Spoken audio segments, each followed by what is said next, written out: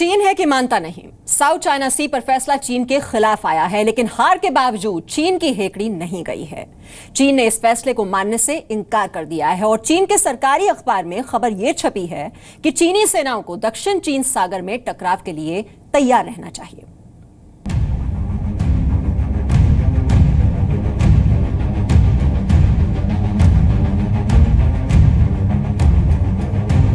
चीन को अंदाजा था कि फैसला उसके खिलाफ आने वाला है, इसलिए चीन ने सुनवाई में ही आने से इनकार कर दिया था।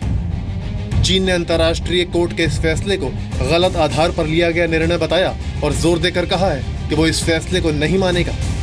चीन के सरकारी अखबार ग्लोबल टाइम्स का कहना है कि चीन को दक्षिणी चीन सागर में संभावित सैन्य टकराव के लिए तैयार रहना चाहिए। सवाल यही है कि ट्रिब्यूनल के फैसले से इस रणनीतिक जलमार्ग पर पहले से चले आ रहे विवाद में तनाव और बढ़ेगा, क्योंकि चीन की विस्तारवादी सोच को रोकने में अभी तक अमेरिका भी कामयाब नहीं हुआ है।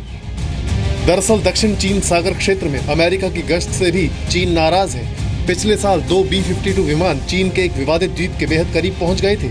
चीन ने इसे उकसाने वाली कार्रवाई बताया था। China is also through this trying to break away the whole concept that oceans are commons.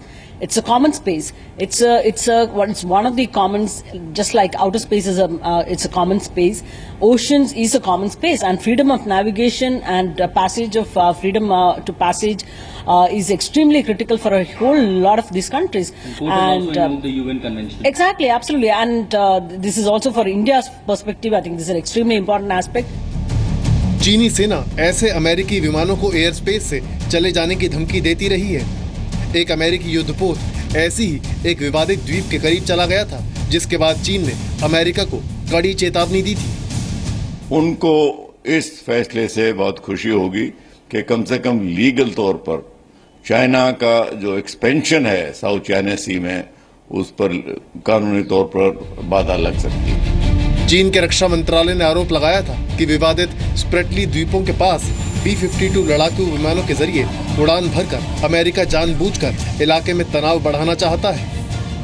Freedom of navigation with more than 50% of our trade passing through South China Sea is an extremely important aspect.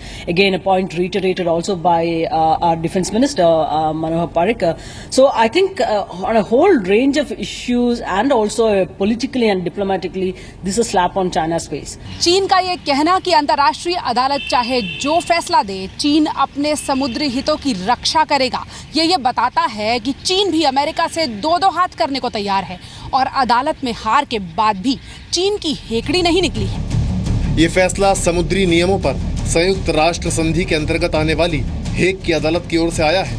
ये संधि दोनों देशों की है।